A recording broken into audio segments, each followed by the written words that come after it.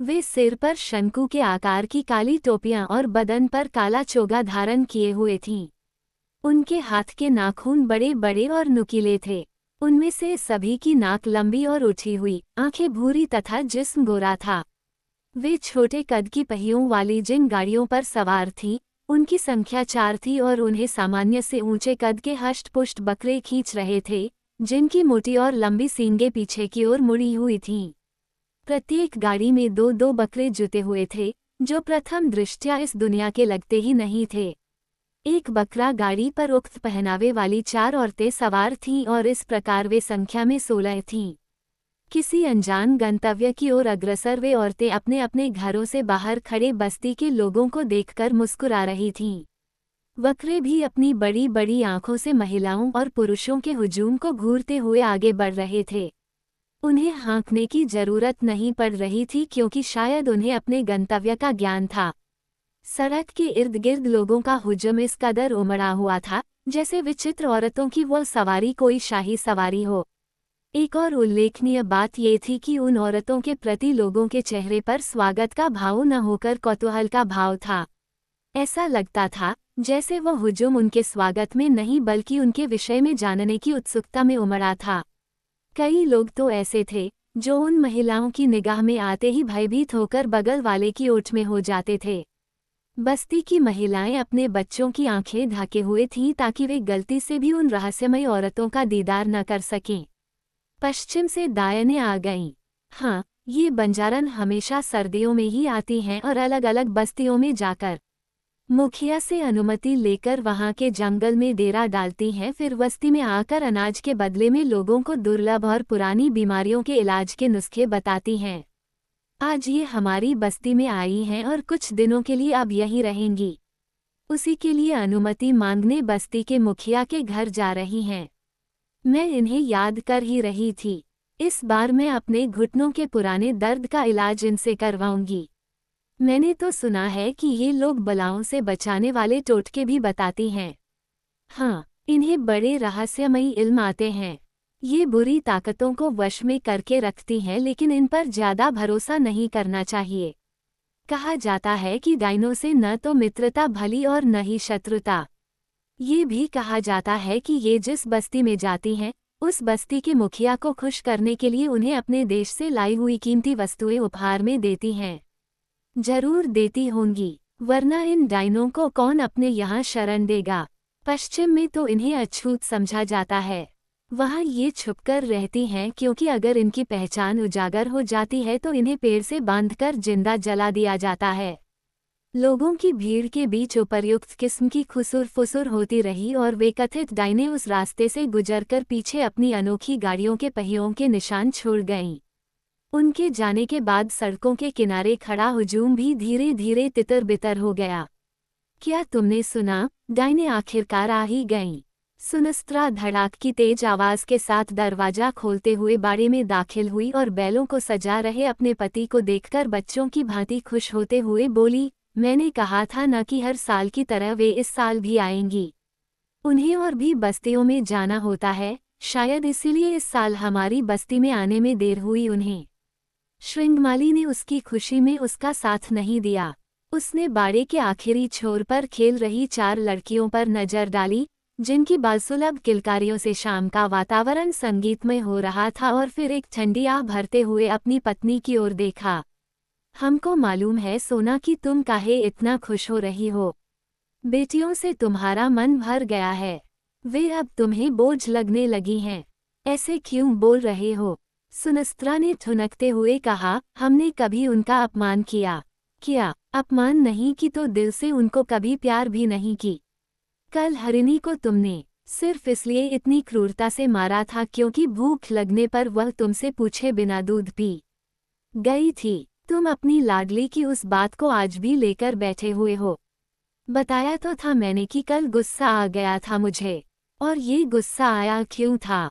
श्रृंगमाली अपना काम छोड़कर सुनस्त्रा से मुखातिब हुआ और हिकारत भरे लहजे में आगे बोला, दूध तुम्हारी ही बेटी ने पिया था या किसी और ने? ये पहली बार नहीं था सोना। मैंने अक्सर देखा है कि तुम अपनी ही बेटियों से द्वेष रखती हो।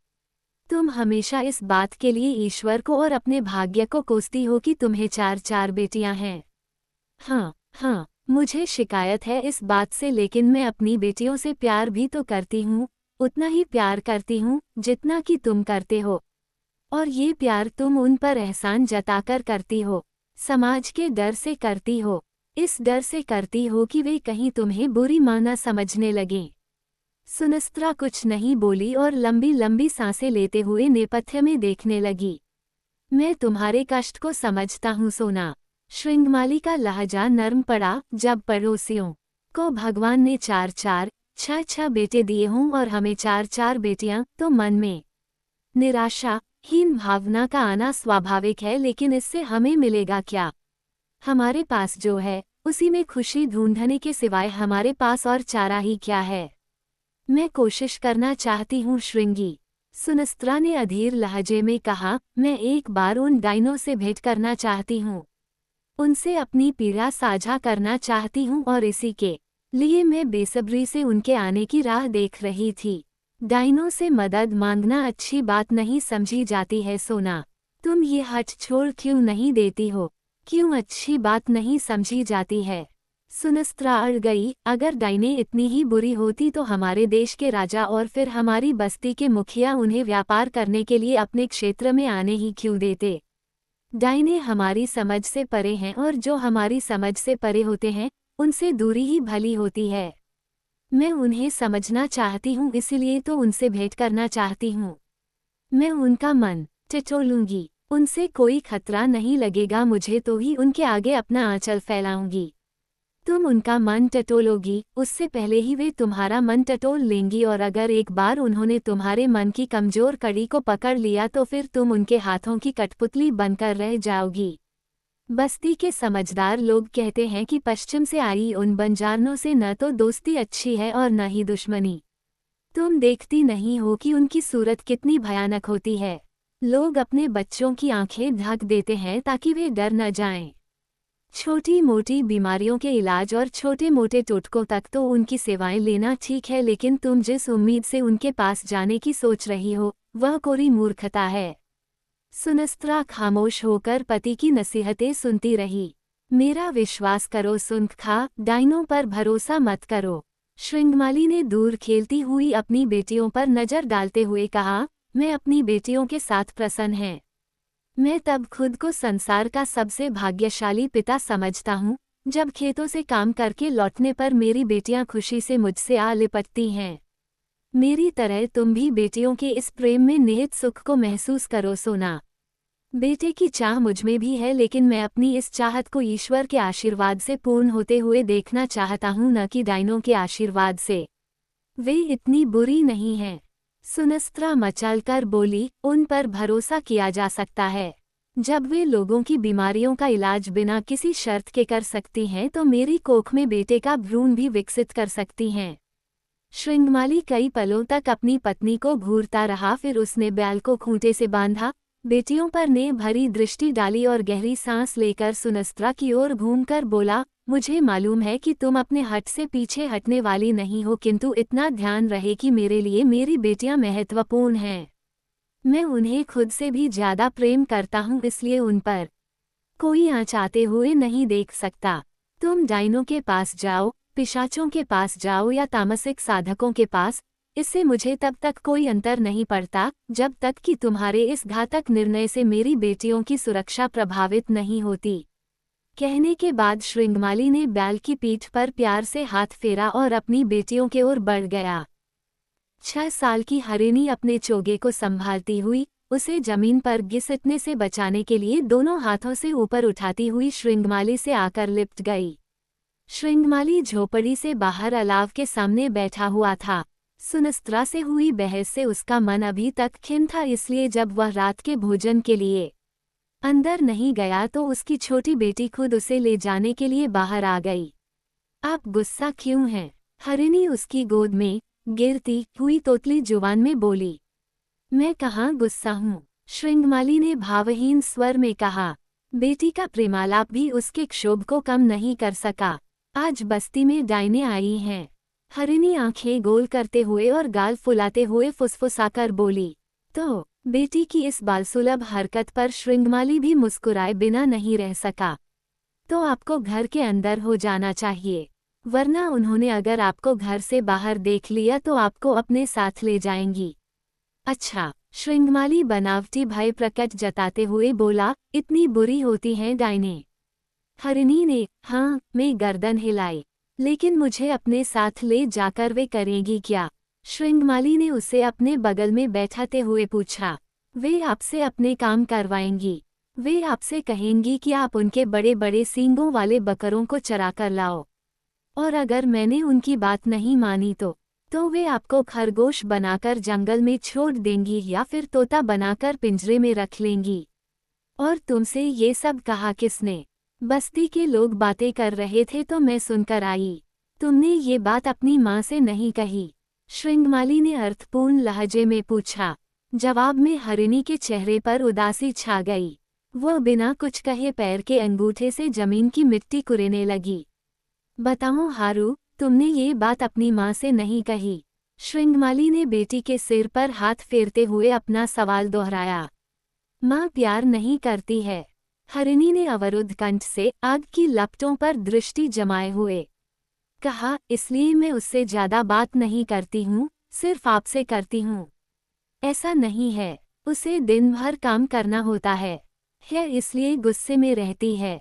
उन्हें खुश रखने के लिए दीदी लोग हमेशा उनके काम में हाथ बटाती हैं। सिर्फ मैं ही छोटे छोटे हाथ होने के कारण उनकी सहायता नहीं कर पाती हूँ, इसलिए वे मुझसे अधिक गुस्सा रहती हैं। कल उन्होंने मुझे पीटा भी था। बेटी की शिकायत पर श्रृंगमाली के मन में एक हुक सी उठी। बेटे की चाह सुनस्त्रा को लगातार अपनी बेटियों से दूर करती जा रही थी। वो उन्हें प्रेम करने का दिखावा तो करती थी, लेकिन वास्तविकता ये थी कि उनके प्रति उसके मन में द्वेष पनपने लगा था। आजकल उसकी तबीयत खराब रहती है, इसलिए चिड़चिड़ी हो गई है। श्रृंगमाली ने हरिणी को खुद से चिपटाते हुए कहा, क्या डाइने सचमुच बुरी होती हैं? थोड़ी देर बाद हरिणी ने पूछा। हाँ, लेकिन वे बुरी इसलिए नहीं होती हैं क्योंकि वे बुरे काम करती हैं। वे बुरी इसलिए होती हैं क्योंकि उनकी जादुई शक्तियों के लालच में लोग बुरे बन जाते हैं। श्रृंगमाली ने प्यार से बेटी की पीठ थपथपाते हुए कहा। उस रात सर्दी बहुत अधिक थी। आसमान से कोहरा बारिश की फुहार की मानिंद गिर रहा था। बस्ती को चारों ओर से घेरे हुए जंगल में बंजारन डाइनों ने डेरा डाला हुआ था। वे पश्चिम से आने वाली ऐसी औरतें थीं जो रहस्यमयी कलाओं यथा भविष्य बताना, लोगों के मन की बात जान लेना, असाध्य रोगों को साध लेना और प्रकृति में निहित रहस्यमयी शक्तियों का आह्वान कर लेना इत्यादि में दक्ष हुआ करती थी। ऐसी औरतों को प्रायः खतरनाक समझा जाता था और इनके प्रति अविश्वास से भरे होने के कारण समाज इन्हें स्वीकार नहीं करता था। पश्चिम प्रदेशों में इनकी आमद को अपशकुन का द्योतक माना जाता था और किसी अप्रत्याशित व बुरी घटना के घटने पर दोषी इन्हें ही ठहराया जाता था। पाश्चात्य जगत द्वारा इनके अस्वीकरण का सबसे बड़ा साध्य ये था कि वहाँ शिकारियों के कई दल विशेष रूप से डाइनों के शिकार के लिए ही प्रशिक्षित किए जाते थे, जिनका काम डाइनों पर दोष मढ़ना और उस दोष को न्यायसभा में साबित करना होता था। दोष सिद्ध हो जाने के पश्चात डाकिनी निर्मूलन प्रथा के अंतर्गत दोषी डायन को पेड़ के तने से बांधकर जिंदा जला दिया जाता था। समाज द्वारा बहिष्कृत होने के कारण ये डाइनें कहीं अपना स्थायी ठिकाना नहीं बनाती थीं और खानाबदोशों का जीवन व्यतीत करती थीं, लेकिन उनका ये जीवन भी शिकारियों द्वारा उठा लिए जाने के डर से भरा होता था। कहा जाता था कि कुछ शिकारी इतने क्रूर और हिंसक मानसिकता के हुआ करते थे कि वे कभी कभी एक डायन को जिंदा जलते हुए देखने के अपने शगल को पूरा करने के लिए भी उसे पकड़ ले जाया करते थे। डाइनों के खानाबदोश जीवन पर मंडराता डर और अत्याचार का साया कुछ हद तक तब कम हुआ था जब उन्होंने पूरब का रुख किया था। पूरब के लोग डायन शब्द से परिचित नहीं थे। विशिष्ट शक्तियां धारण करने वाले महिलाओं और पुरुषों से यहाँ के लोग तब तक भयभीत नहीं होते थे जब तक कि उन्हें ये नहीं मालूम हो जाता था कि अमुक व्यक्ति अपनी कला से उन्हें नुकसान पहुँचाने की नियत रखता है। पूरब के लोगों की इस मनोवृत्ति को डाइनों ने अपने हक में इस्तेमाल किया और अपनी कला के सकारात्मक प्रयोग की बदौलत यहाँ के समाज में अपने प्रति विश्वास कायम कर लिया। नतीजा ये हुआ कि यहाँ के लोग सर्दी का मौसम आते ही डायनों के आगमन का बेसब्री से इंतजार करने लगते थे, इस उम्मीद में कि डायनें उनकी उस व्याधि को दूर कर देंगी, जिसे लंबे इलाज के बाद भी उनका वैद्य दूर नहीं कर पा रहा है, या फिर वे उन्हें ऐसा टोटका बताएंगी जो उनके घर में सुख, समृद्धि और सौभाग्य का निमित्त बनेगा। हालांकि यहाँ का राजा या पुरोहित वर्ग डायनों की रहस्यमय और संदेहास्पद जीवन पद्धति के कारण इन्हें अधिक प्रश्रय नहीं देता था, लेकिन स्थानीय स्तर पर बस्ती के मुखिया इन्हें अपनी बस्ती के बाहर पड़ाव डालकर कुछ दिन के लिए व्यापार करने की अनुमति दे देते थे। उसी एक अनुमति के कारण आज रात जंगल का वह हिस्सा डायनों से गुलजार था। सुनस्त्रा उस अलाव से कुछ गज के फासले पर ही ठहर गई, जिसके इर्द गिर्द डायनें परिक्रमा कर रही थीं। वे झूम रही थीं और उनके होठों से समझ न आने वाली किसी अजनबी भाषा के शब्द निकल रहे थे, जो जंगल के सर्द और निस्तब्ध वातावरण में मक्खी की भिनभिनाहट की भांति गूंज रहे थे। डायनों की भयभीत कर देने वाली उक्त गतिविधि को देखकर सुनस्त्रा के रोंगटे खड़े हो गए। वह कंबल को बदन से कसकर लपेटी और एक पेड़ की ओट में हो गई। उस नितांत रहस्यमय वातावरण में एक अनजाना भय व्याप्त था, जिसे महसूस कर सुनस्त्रा को यहाँ आने के अपने फैसले पर अफसोस होने लगा। डायनों ने अपने अपने चोगों को पूरा खोल लिया था और शंकु के आकार वाली टोपियों को नीचे खींचकर समूचे चेहरे को ढक लिया था। वे खौफजदा कर देने वाली अलग अलग किस्म की आवाजें निकालती रहीं और उन आवाज़ों के सदके पेड़ की ओट में छिपी हुई सुनस्त्रा डर और रोमांच से थरथराती रही। जब काफी समय गुजर गया तो डायनें साधना कर्म से निवृत्त हुई और टोपियों को ऊपर चढ़ाकर अपना अपना चेहरा अनावृत कर लीं। सुनस्त्रा को उस क्षण अपनी सांसें थमती हुई महसूस हुई, जिस क्षण उसने देखा कि सभी डायनों का रुख उसी पेड़ की ओर हो गया था, जिस पेड़ की ओट में वह छिपी हुई थी। बाहर आ जाओ, उनमें से किसी एक ने सर्द लहजे में कहा। सुनस्त्रा के पास कोई विकल्प नहीं था सिवाय ओट से निकलने के। वह कांपती हुई बाहर आई। समझदार हो, जो तुमने हमारी साधना के पलों में हमें अपनी मौजूदगी का एहसास नहीं होने दिया, वरना एक भयावह शाप के साथ यहाँ से वापस जाती। सुनकर सुनस्त्रा ने चैन की सांस ली। यहाँ क्यों आई हो? उसी डायन ने पूछा, जो पहले भी 2 बार मुंह खोल चुकी थी। मदद चाहिए मुझे, सुनख्वा ने हकलाते हुए कहा। उससे मुखातिब डायन ने पहले अपनी संगिनियों पर नजर डाली, फिर बोली, ऐसी क्या मदद चाहिए तुम्हें, जो तुमने सुबह होने का इंतजार नहीं किया? हम आज ही तुम्हारी बस्ती में आई हैं। अभी तो हम कई दिनों तक यहाँ रहेंगी। मुझे जो मदद चाहिए, वो मदद तुम लोग रात के अंधेरे में ही कर सकती हो, दिन के उजाले में नहीं। सुनस्त्रा का कथन सुनकर डायनों के बीच खामोशी छा गई। वे इस कदर एक दूसरे का मुंह ताकने लगी, मानो पूछ रही हों कि किसी ने उसकी बात का मतलब समझा क्या। कहना क्या चाहती हो तुम? उससे बात करने वाली डायन ने आशंकित लहजे में पूछा। मुझे रानी डायन के पास ले चलो। रानी डायन? वहां खड़ी डायनी यूं चौंकी, जैसे उन्हें किसी शिकारी के घात लगाए होने की खबर मिली हो। इसकी हिम्मत तो देखो, ये रानी डायन से भेंट करना चाहती है। डायनों के बीच खुसर फुसर होने लगी। तुम रानी डायन से क्यों भेंट करना चाहती हो, ये मैं केवल उन्हें ही बताऊंगी। सुनस्त्रा का दृढ़ निश्चय से भरा जवाब सुनकर डायनें काफी देर तक वहां की स्थिति में खड़ी रहीं। तत्पश्चात एक दूसरे की आंखों में झांककर वे किसी फैसले पर एकमत हुई और फिर उनमें से एक सुनस्त्रा से उन्मुख होकर बोली, आओ हमारे साथ। मन ही मन बुरी तरह सहमी हुई, लेकिन ऊपर से खुद को सामान्य दर्शाते हुए सुनस्त्रा उस डायन के पीछे पीछे चल पड़ी।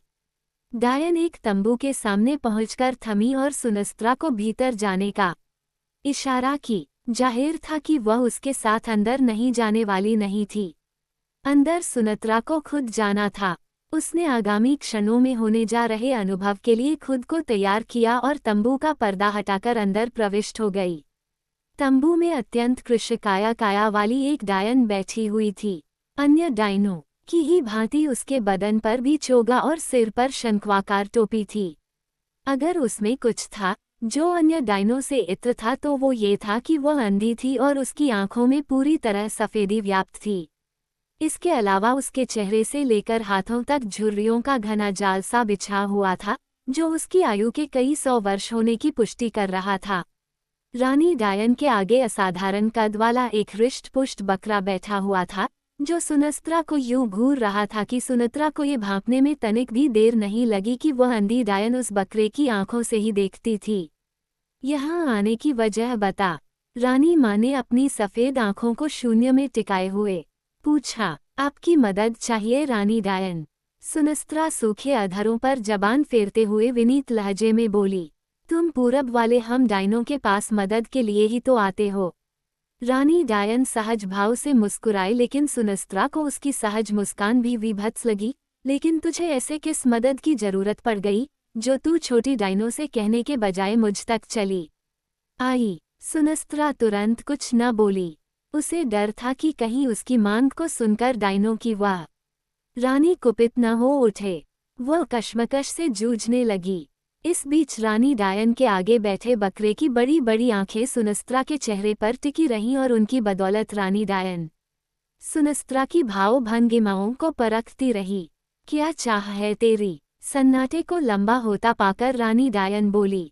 मुझे बेटा चाहिए। सुनस्त्रा ने एक झटके से चेहरा ऊपर उठाया और अपनी मांग जाहिर कर दी। सुनते ही बकरे की आंखें सुनस्त्रा के ललाट पर ठहर गईं। कुछ देर तक वहीं ठहरी रहीं। फिर रानी माँ ने मुंह खोला। तेरे भाग्य में बेटे का सुख नहीं है, मुझे मालूम है। सुनस्त्रा ने हठपूर्वक कहा, इसीलिए तो आपके पास आई हूँ। मालूम है। रानी डायन के मस्तक पर बल पड़ गए परिणामस्वरूप उसके चेहरे की झुर्रियों में इजाफा हो गया। मालूम है, फिर भी चली आई। हाँ, सुनस्त्रा ने अविचल स्वर में कहा। उसका जवाब सुनकर रानी डायन की सफ़ेद आंखें संकुचित हुईं और इसी के साथ उसके बकरे की भी। थोड़ी देर तक वह बकरे की आंखों से सुनस्त्रा को घूरती रही, फिर बोली, सही सही बता, किस लिए आई है तू? अपना भाग्य बदलवाने आई हूँ। सुनस्त्रा ने स्पष्ट लहजे में कहा। चार बेटियां जनने के कारण पड़ोसियों के ताने सुन सुनकर थक गई हूँ मैं।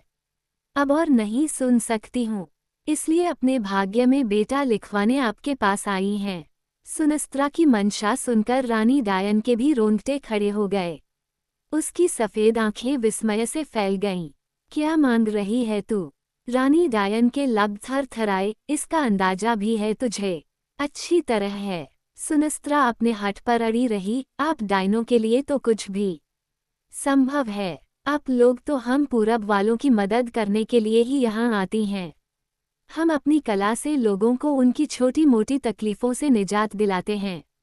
लेकिन तू तो अपना भाग्य ही बदलवाने के लिए यहाँ आ गई है।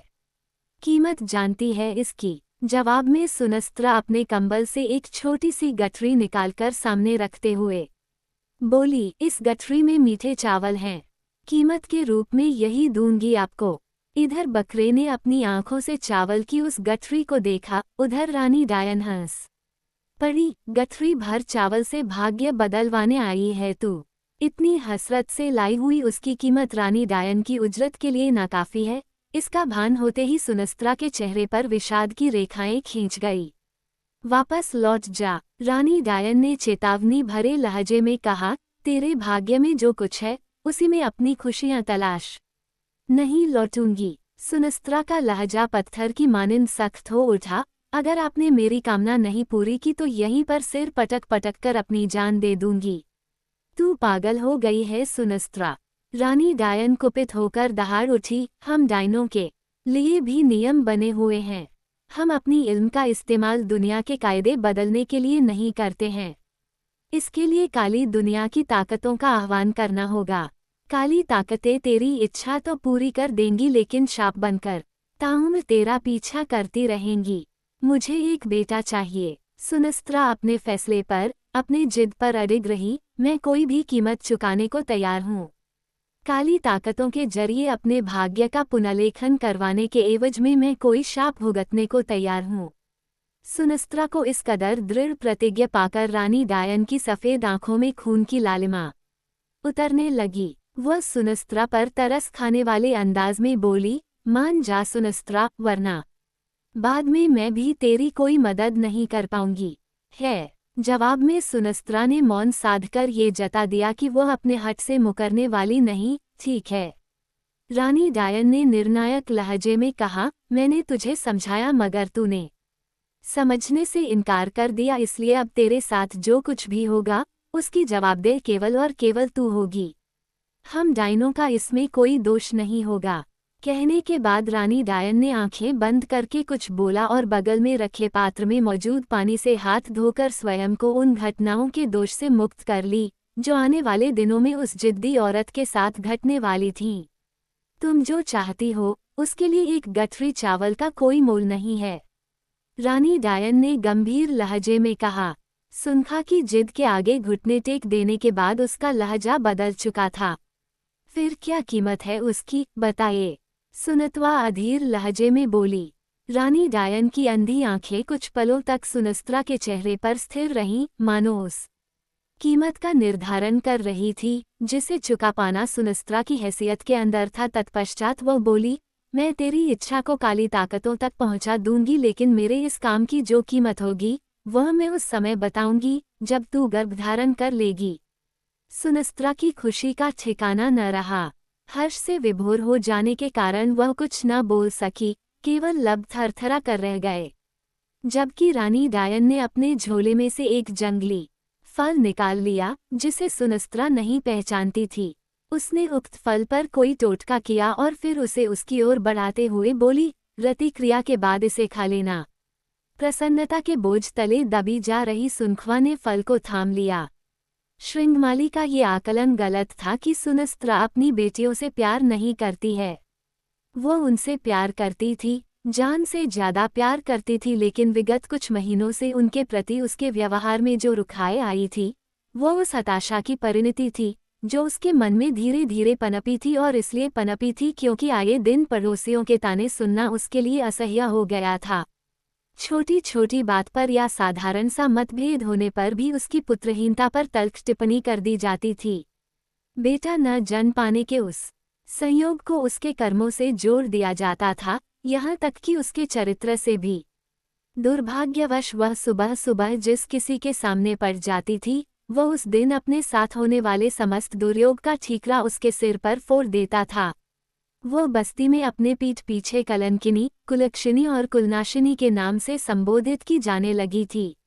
श्रृंगमाली पुरुष था, इसलिए उसमें धैर्य भी था और महिलाओं की फप्तियां कसने की स्वाभाविक प्रवृत्ति से उसका पाला भी नहीं पड़ता था, इसलिए उसकी पुत्रहीनताहीन भावना का रूप लेकर उस पर हावी नहीं होने पाई थी। लेकिन सुनस्त्रा में न तो अधिक धैर्य था और न ही वह स्त्री जात की फप्तियों से पीछा छुड़ा सकती थी। यही वजह थी जो पुत्र पाने की उसकी कामना एक महत्वाकांक्षा में तब्दील हो चुकी थी, और वही महत्वाकांक्षा उसे डायन के पास ले गई थी। आज सुबह फिर से मां बनने संकेत मिलने पर वह जिस कदर पुलकित हुई थी उस कदर पहली बार मां बनने के संकेत पर भी नहीं हुई रही होगी। उसकी भाव विभोरता का आलम ये था कि उसकी आंखों से आंसू टपक पड़े थे और हृदय में स्वतः ही इस बात के लिए पश्चाताप उमड़ पड़ा था कि बेटा न होने की हताशा के चलते उसने बेटियों की उपेक्षा की थी और कई महीनों से सबसे छोटी हरिणी को अपने सीने से नहीं लगाई थी। वो उस दिन को याद करके दर्द से तड़प उठी जिस दिन उसने बिना पूछे दूध पी जाने के कारण हरिणी को किसी सौतेली माँ की तरह पीटा था।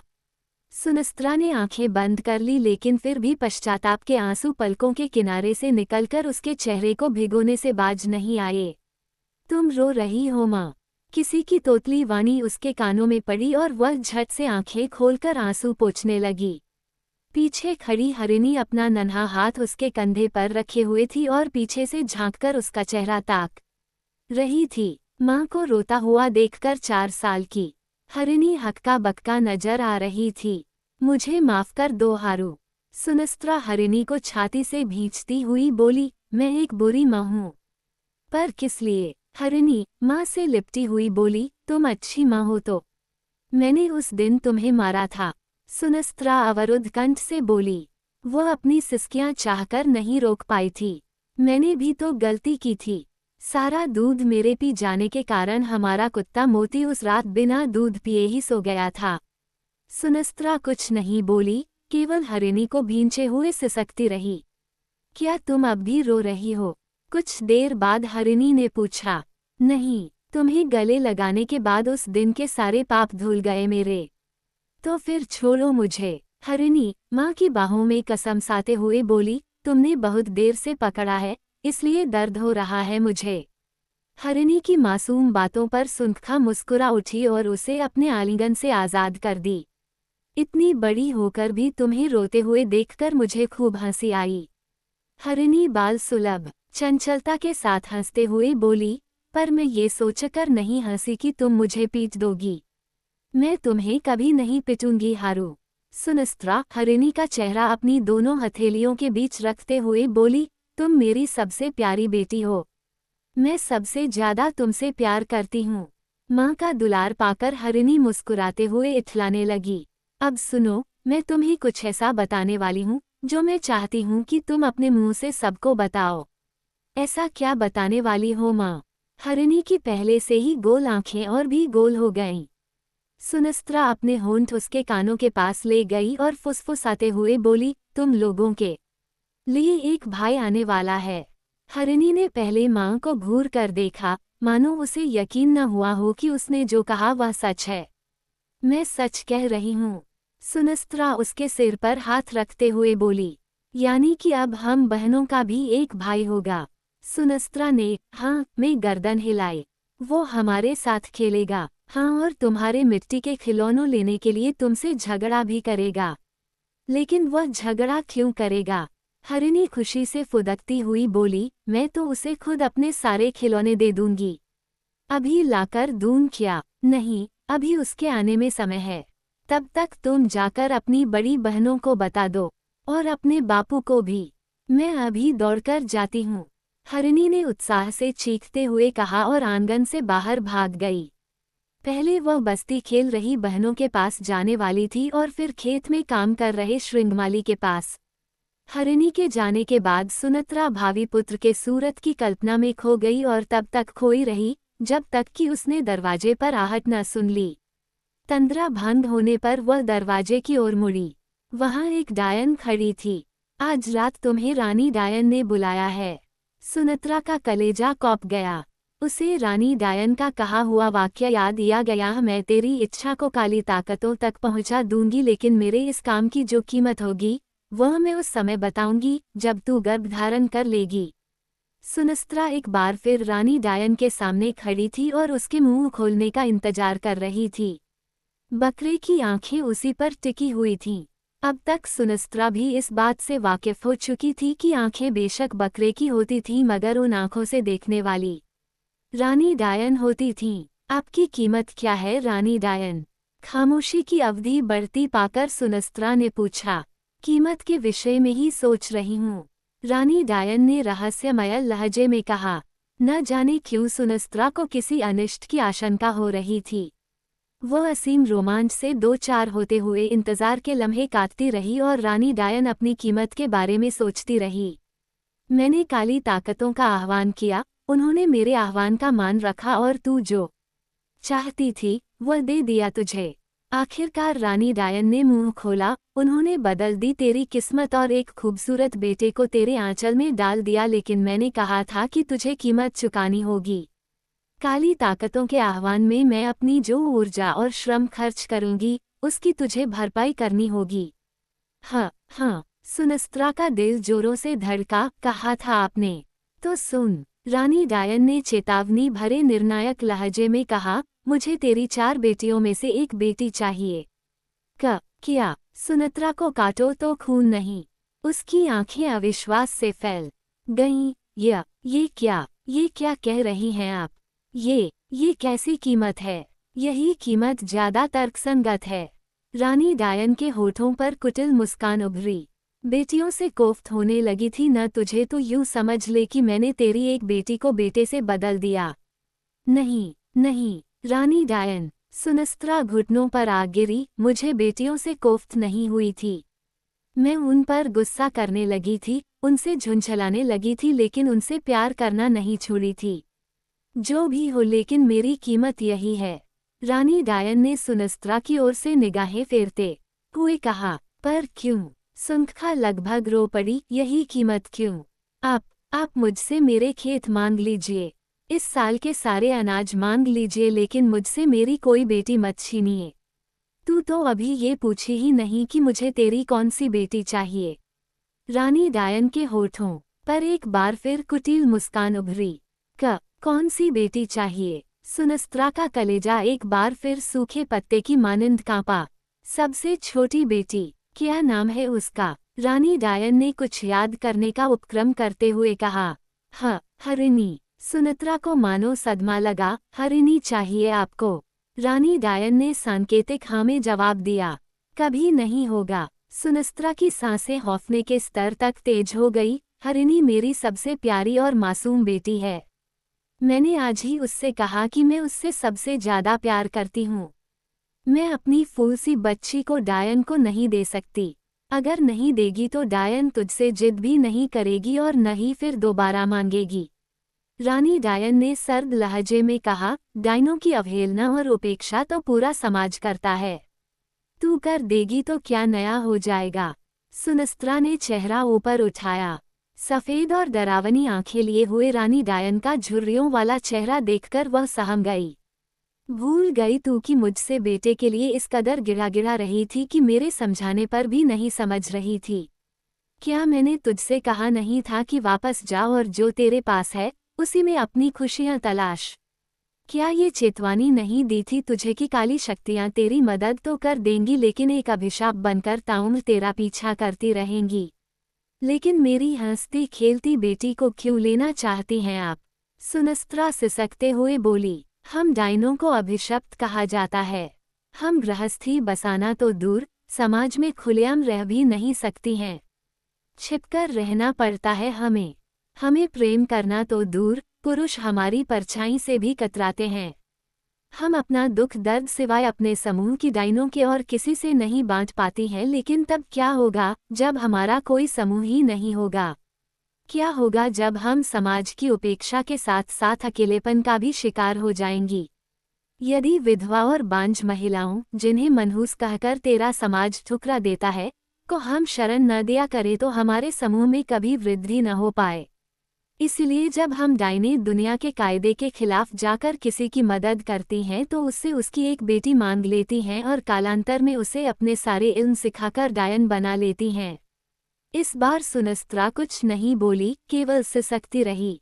निर्णय कर ले सुनस्त्रा, या तो हरिणी को हमें सौंप दे या फिर आंचल फैलाकर हमारे शाप को भी उसी प्रकार ले जिस प्रकार हमारे वरदान को ली थी। क्या शाप देंगी आप हमें? सुनस्त्रा आशंकित लहजे में पूछी। तू एक बार मना करके तो देख, तुझे खुद ब खुद पता चल जाएगा। रानी डायन ने यूं डरावने लहजे में कहा कि सुनस्त्रा को ये पहली दफा महसूस हुआ कि वो डायन जैसी खौफनाक मखलूक से रूबरू है। रानी डायन ने आगे कहा, एक बेटी के मुंह में अपने जीवन में आग लगा लेगी तू। अपनी बाकी बेटियों का और पति का जीवन नरक से भी बदतर कर देगी तू।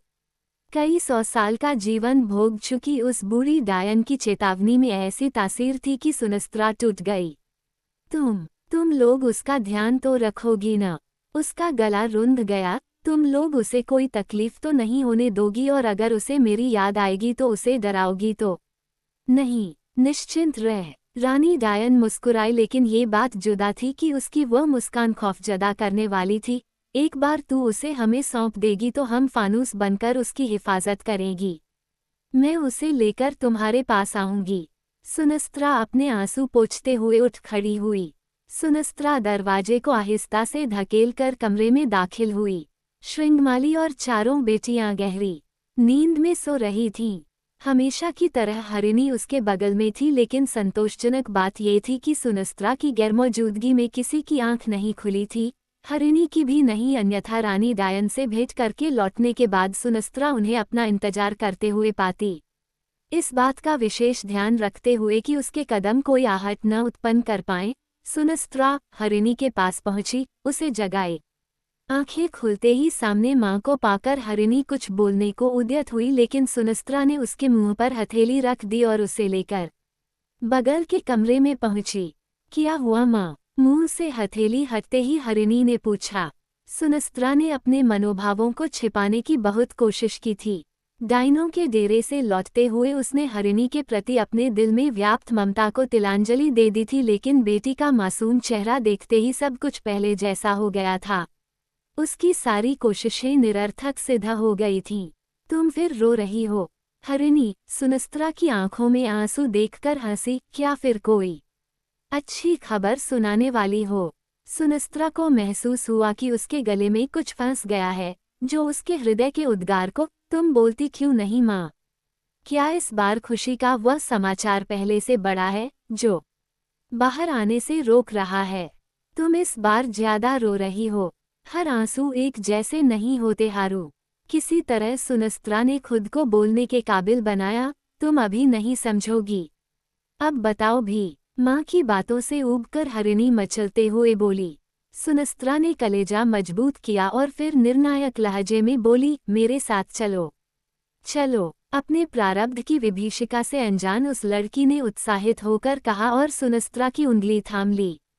क्या ये नहीं पूछोगी हारू कि मैं तुम्हें कहाँ ले जा रही हूँ? सुनस्त्रा का लहजा अब भावहीन हो चुका था। तुमने आज ही कहा कि तुम मुझसे सबसे ज्यादा प्यार करती हो, इसलिए मुझे कोई ऐसी जगह पहले दिखाना चाहती हो, जो दीदियों को बाद में दिखाओगी। हरिणी की बातों से सुनस्त्रा के मन में एक बार फिर भावनाओं का सैलाब उठा, लेकिन इस बार वो कमजोर नहीं पड़ी और हरिणी का हाथ थामकर बोली, तो फिर चलो। उस सर्द रात के अंधेरे में सब कुछ जर्फ हो गया था।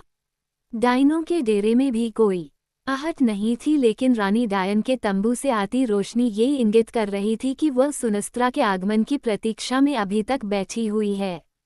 सुनस्त्रा बेटी की कलाई थामे हुए रानी डायन के डेरे की ओर बढ़ गई।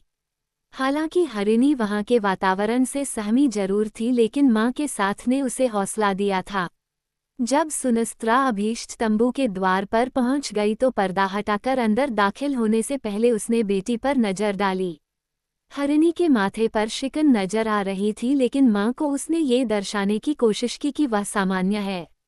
इससे पहले कि बेटी को डायन को सौंपने का सुनस्त्रा का संकल्प आखिरी क्षणों में धराशायी हो जाता, वह तंबू का पर्दा हटाकर तुरंत अंदर दाखिल हो गई। आहट सुनकर रानी डायन ने निगाहें ऊपर उठाईं।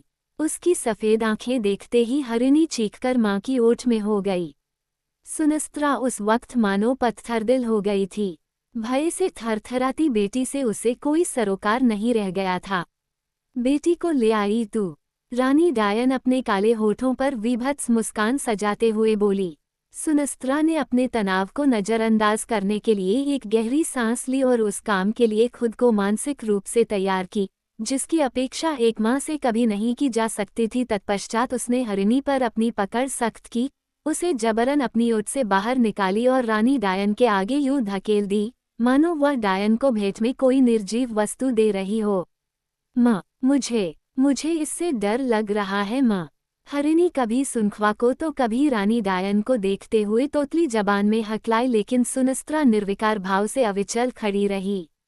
हाँ, एक माँ के कर्मों के विपरीत जाकर जो दुष्कर्म वह कर रही थी, उसके ग्लानिबोध से उसकी सांसों की लय बिगड़ने जरूर लगी थी। हरिणी दोबारा सुनखा की ओट में छिपना चाही, लेकिन सुनखा ने उसे पकड़ लिया और उसका रुख रानी डायन की ओर रखते हुए सख्त व गंभीर लहजे में बोली, संभालिए इसे। आपकी कीमत के मुताबिक ये आज से आपकी हुई। मैं इसे त्याग रही हूँ। आखिरी वाक्य बोलते हुए सुनस्त्रा का लहजा लड़खड़ाया, लेकिन जल्द ही वह संभल गई। बेटी से निगाहें मिलाने का साहस नहीं बचा उसमें और उसने चेहरा दूसरी ओर घुमा लिया। हरिणी माँ की बातों का पूरा अर्थ तो नहीं समझ सकी, लेकिन इतना जरूर भांप गई कि माँ उसे डायन को देने के लिए ही यहाँ ले आई है। वह सुनस्त्रा की पकड़ से खुद को छुड़ाने की कोशिश करने लगी। उसे ऐसा करता देख रानी डायन ने हाथ आगे बढ़ाकर उसकी कलाई थाम ली। जिस पर रानी डायन ने ऐसा किया, उसी पल सुनस्त्रा ने बेटी का हाथ छोड़ दिया और उसकी समस्त जिम्मेदारियों के साथ उसकी ममता से भी मुक्त हो गई। कुछ रानी डायन के नुकीले नाखूनों के चुभने से तो उसकी भयावह शक्ल से हरिणी की आंखों से आंसू निकल पड़े। डायन की कायनात में तेरा स्वागत है नन्ही डायन। रानी डायन हरिणी के गाल पर अपने नाखून फिराते हुए बोली, अब तेरे सामने एक नया संसार है मेरी बच्ची, डायनों का एक अनोखा संसार। हरिणी आंखों में दीन भाव लिए हुए पीछे गर्दन घुमाई। माँ को वहां ना पाकर उसके सन का बांध टूट गया और वो उसे पुकारते हुए जोर जोर से रोने लगी। मेरी बेटी हारू कहाँ है? श्रृंगमाली ने सुनस्त्रा से पूछा, जो अभी अभी जंगल से बाहर आई थी। वह अकेला नहीं था, उसके साथ उसकी बाकी 3 बेटियां भी थीं। जिस कदर बाप और बेटियों के चेहरे पर घबराहट नजर आ रही थी, उससे साफ जाहिर हो रहा था कि वे काफी देर से उन दोनों को ढूंढ रहे थे। मैंने पूछा, मेरी बेटी कहाँ है? सुनस्त्रा को खामोश पाकर इस बार श्रृंगमाली चीख पड़ा। श्रृंगमाली की चीख का इस बार भी सुनस्त्रा पर कोई असर नहीं हुआ। तुम डाइनों के पास से आ रही हो न? श्रृंगमाली ने पत्नी को आशंकित नेत्रों से घूरते हुए कहा, तुम उनके पास पहले भी गई थी न? तुम्हारे गर्भ धारण करने और उस गर्भ से बेटा होने को लेकर तुम्हारा आत्मविश्वास अब मुझे खटक रहा है। तुमने डाइनों की मदद ली है? बोलो, ली है न? सुनस्त्रा अब भी मौन साधे खड़ी रही। उसकी तीनों बेटियां उसकी ओर भयभीत नजरों से देख रही थीं और श्रृंगमाली आतुरता से उसके जवाब की प्रतीक्षा कर रहा था, जबकि वो किसी अपराधिनी की मानिंद गर्दन झुकाए हुए खड़ी थी। तुम मेरे सब्र का इम्तिहान ले रही हो सोना? इस बार श्रृंगमाली सुनस्त्रा पर टूट पड़ने को आतुर होते हुए बोला, हारू कहाँ है? जवाब दो। मुझे शंका हो रही है कि तुम उसे डाइनों को दे आई हो। मैं यहाँ हूँ बापू। हरिणी सुनस्त्रा के पीछे से बाहर आई। हाँ हारू। श्रृंगमाली ने उसे कसकर सीने से लगा लिया, मानो थोड़ी देर की ये बिछड़न सदियों के बिछड़न पर भारी थी। तीनों बहनें भी हरिणी के इर्द गिर्द आकर खड़ी हो गईं। माँ तुम्हें कहाँ ले गई थी? श्रृंगमाली ने बेटी को आलिंगन में भींचे हुए ही पूछा। हरिणी ने सुनस्त्रा की ओर देखा, जो चेहरे पर पश्चाताप के भाव लिए हुए थी और जिसकी आंखों से बहते आंसू उसके मौन रुदन की गवाही दे रहे थे। हम दोनों जंगल में घूमने गई थीं। माँ को बचाने के लिए हरिणी ने यकीन न आने वाला मासूम सा झूठ बोल दिया, मगर उस झूठ ने श्रृंगमाली के सामने सारी स्थिति स्पष्ट कर दी। वो उठा, हरिणी को उसकी बहनों के हवाले किया और चेहरे पर सख्त भाव लिए हुए सुनस्त्रा के पास पहुंचा। किस अधिकार से तुम हारू को डाइनों को सौंपने गई थी? श्रृंगमाली हिकारत भरे लहजे में बोला, क्या तुम समझती हो कि बेटियों पर तुम्हारा ही एकाधिपत्य है? मेरा कोई अधिकार नहीं उन पर। मुझसे पूछे बिना उनके जीवन से संबंधित निर्णय ले सकती हो तुम? ये भ्रम तुम्हें कैसे हुआ? सुनस्त्रा हरिणी की निगाहों का सामना करने की कुव्वत पहले ही खो चुकी थी, लेकिन अब उसके अपराधबोध ने उसे इस काबिल भी नहीं छोड़ा कि वह पति की निगाहों से निगाहें मिला सके। तुम मेरा विश्वास खो चुकी सोना, श्रृंगमाली ने अफसोस भरे निर्णायक लहजे में कहा। डायन वो नहीं है जो पश्चिम से आई हैं और काली दुनिया के इल्म जानती हैं। डायन तुम्हारी जैसी माने हैं, जो अपनी संतान को दहकती हुई भट्टी में झोंक देना तो स्वीकार कर सकती हैं, लेकिन पिछड़ी विचारधारा वाले लोगों के ताने नहीं सुन सकती। मुझे तो उसी दिन समझ जाना चाहिए था कि मेरी हारू को अब तुमसे खतरा है, जिस दिन तुमने उसे निर्दयतापूर्वक मारा था। असली डायन तुम हो सुनस्त्रा, असली डायन तो तुम हो। मैं भटक गई थी श्रृंगी। पति की फटकार को सुनस्त्रा और अधिक न सह सकी और उसके आगे घुटनों पर बैठकर प्रलाप करने लगी। मेरा मस्तिष्क कुछ देर के लिए सही गलत की पहचान करना भूलकर एक बेटा पाने की चाह में अंधा हो गया था, लेकिन मेरा विश्वास करो श्रृंगी, मेरे अंदर की माँ मरी नहीं थी। मुझे अंतिम क्षणों तक ये अपराधबोध था कि मैं कुमाता होने की राह पर चल रही हूँ। इसीलिए जब मैं हारू को रानी डायन की पकड़ में छोड़कर तंबू से बाहर आई तो अंदर से आती उसकी पुकार सुनकर मेरा कलेजा फट पड़ा। मुझे लगा कि अगर मैंने उस पुकार को अनसुनी कर दी तो वह ताउम्र मेरे कानों में गूंजती रहेगी और मुझे एक कुमाता, एक डायन होने का एहसास कराती रहेगी। हारू केवल मेरी बेटी नहीं, मेरे जीवन का एक हिस्सा है। इसका एहसास मुझे तब हुआ जब उसकी पुकार पर मैं चाहकर भी अपने कान न बंद कर सकी। मुझे ऐसा लगा जैसे मैं रानी डायन के पास अपनी आत्मा छोड़कर जा रही हूँ। मैं हारू के बिना एक कदम भी वापस न लौट सकी और दोबारा डायन के पास गई, उससे अपनी बेटी को वापस लिया और अपने साथ लेकर आई। श्रृंगमाली ने सुनस्त्रा की सफाई पर कोई ध्यान नहीं दिया या इस समय देना नहीं चाहता था। वह मुड़ा और वहां से प्रस्थान कर गया। उसने बेटियों को साथ चलने के लिए कोई संकेत नहीं किया। शायद वह उन्हें भी अपनी डायन माँ को डांटने का मौका देना चाहता था, लेकिन बेटियों ने ऐसा कुछ नहीं किया। वे आहिस्ता चाल से माँ की ओर बढ़ीं। हरिणी सबसे आगे थी। क्या तुम हमें फिर से कोई अच्छी खबर देने वाली हो माँ? हरिणी उसके आंसू पोंछते हुए हंसी। मैं संसार की सबसे बुरी माँ हूँ, लेकिन अब मुझे कोई बेटा नहीं चाहिए। सुनस्त्रा ने बाहें फैलाए और चारों बेटियां उसके आलिंगन में समा गईं। पूरब के क्षितिज पर सुबह की सफेदी फैलने लगी थी। दूर खड़ा श्रृंगमाली भी इस दृश्य पर अपने आंसू नहीं रोक पाया था। कई दिन गुजर गए और डाइने करीब एक वाड़ा बिताकर बस्ती से चली गईं। सब कुछ पहले जैसा हो गया।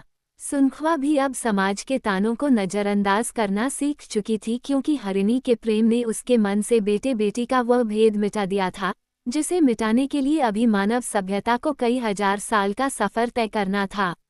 कुछ दिन पहले जो कुछ हुआ था वह एक शुद्धिकरण प्रक्रिया थी, जिसके तहत सुनस्त्रा के अंतःकरण में भरी हुई मलिनता धुल चुकी थी और वह अपनी बेटियों के सामने पहले से कहीं अधिक प्रेम करने वाली माँ बनकर प्रस्तुत हुई थी। लेकिन कहीं पर कुछ था जो सुनस्त्रा को बेचैन किए हुए था। भूल कर रही है तू, हरिणी को हमें सौंपने से इनकार करके बड़ी भूल कर रही है। एक डायन का शाप लगेगा तुझे।